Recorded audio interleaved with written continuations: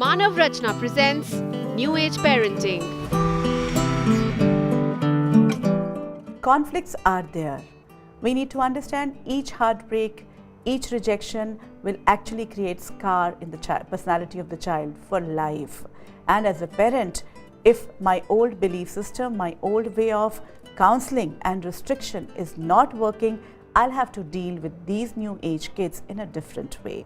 And for that, I really need to understand the need of these kids to get into a relationship. What is forcing them to get into these relationships every time? Why they're not understanding that these relationships, these rejections are creating problems for them in the long term. So, to get these answers, let's move over to the spiritual significance.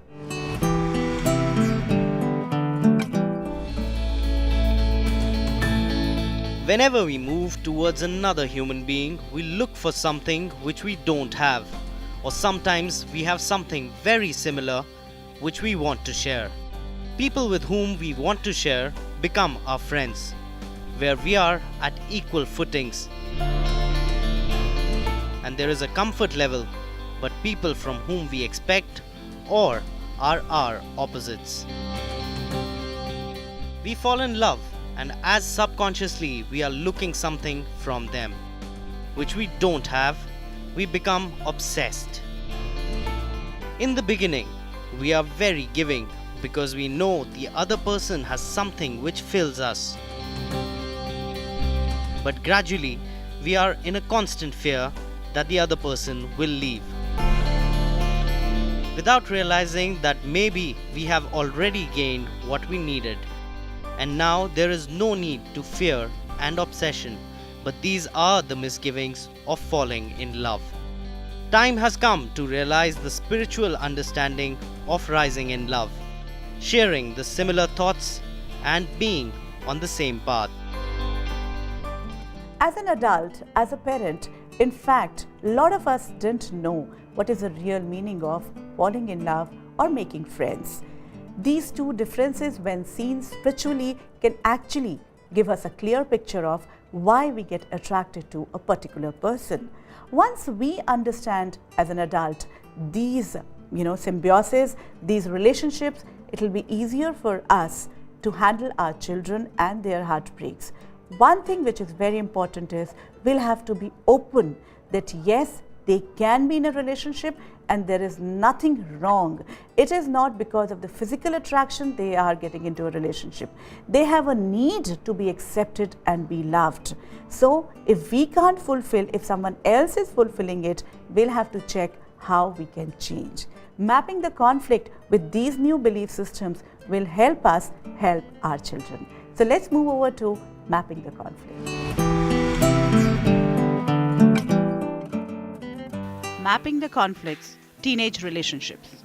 Parents' view. Teenagers get into a relationship for physical attraction and experimentation, which leads to complications. Child's view. We like someone because there is a mutual attraction which comforts and fulfills us. Physical intimacy is secondary, which may or may not happen. Solution. Relationships are a reality of today's teenagers. Based on any factor, physical or emotional, it is fulfilling a void in his or her life. Parents need to find that void rather than fearing the relationship. Parents' view. Each one of us has gone through these relationships. It is the age factor and hormonal changes. We should ignore it, but if it gets out of bounds, there should be strict discipline. With age, child will come out of it. Child's view. I need to be in a relationship because of peer pressure and social status. I need someone with whom I feel special. My parents will never understand this. Solution. As an adult, a lot of our personality problems are due to unfulfilled desires of our childhood. By ignoring or rejecting the relationship, we are ignoring their desire to be loved, cared, pampered, or feel special. Hence, these desires will remain throughout their life. Parents' view. I allow my child to be in a relationship, but I have set boundaries of time and physical intimacy. I'm always talking to him, her about it, and know everything so nothing wrong can happen. Child's view. My parents know everything about my relationship, but I don't feel like discussing it too much as I myself is confused about my emotions. The relationship makes me too high and low. I can't concentrate on anything else. My friends and parents or even studies are no more my priority. Solution. Rather than accepting your child's relationship, try finding out his or her reasons to be in it. Advise them, guide them to prioritize their targets, respect and understand their need, but assure them that it will pass, and more than the emotional upheavals of a relationship, steer them towards mutually fulfilling lifetime relationships. Parents' view.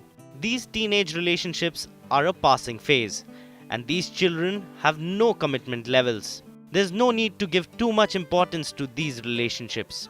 They are in and out of relationships many times, and finally, they will find their kind. Child's view. 90% or more teenagers are in a relationship, none of which lasts for more than 3 months. Each heartbreak gives pain and rejection, but it can't be shared with our parents. Solution. They may not have commitment levels in their relationships, but pain and rejection of a heartbreak is real for a child, and continuity of it can have long-term personality disorders in your child. Protect your child from emotional breakdown. Understand their need for the relationship and try replacing it with your love and care. Time now to take your leave, but before that, let's take an email. We have Soumya from Bangalore, and she writes about her child who is 4-year-old and who is an autistic child. She says that when that child came, it was a big shock. But the bigger shock was waiting when her husband left because of the child. And she thought her life is going to get finished. But a surprise was waiting when that child, who is an autistic child, started responding to her, and he has become her life. She feels that she is blessed to have a child like him, even if the world doesn't accept. But what her problem is that she wants the world to know how special that child is. Soumya, let me tell you something. Yes, your child is a special child, and also you are a blessed soul.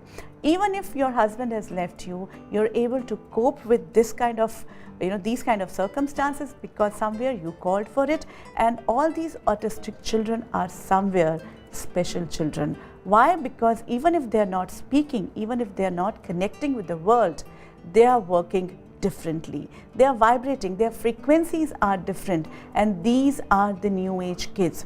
Let him work, let him be where he is, and even if he's learning, even if you are teaching him, let you teach him, because it's very important. You are his connect with the world, but he is working on a different frequency which will create the new world. In fact, a lot of parents out there are facing this. Children are in a different realm, and we need to understand that if they are different children, they have chosen us. So we need to accept their choosing, and we have to say yes to our acceptance. Finally, they will be the ones who will be the winners, because what is happening out in the world may not matter to you or to the child, but the new world which has to be created, it will be created by these children. So Soumya, you are a lucky one. Any parent out there have a problem, have a suggestion, or going through a conflict, you are welcome. The conflict can be outer, can be behavioral, or can be inner.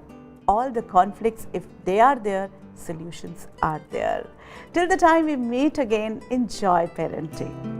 To know more about New Age Parenting workshops, call now 971-871-9806, 011-4056-5900, or mail us at info@newageparenting.net. Manav Rachna presents New Age Parenting.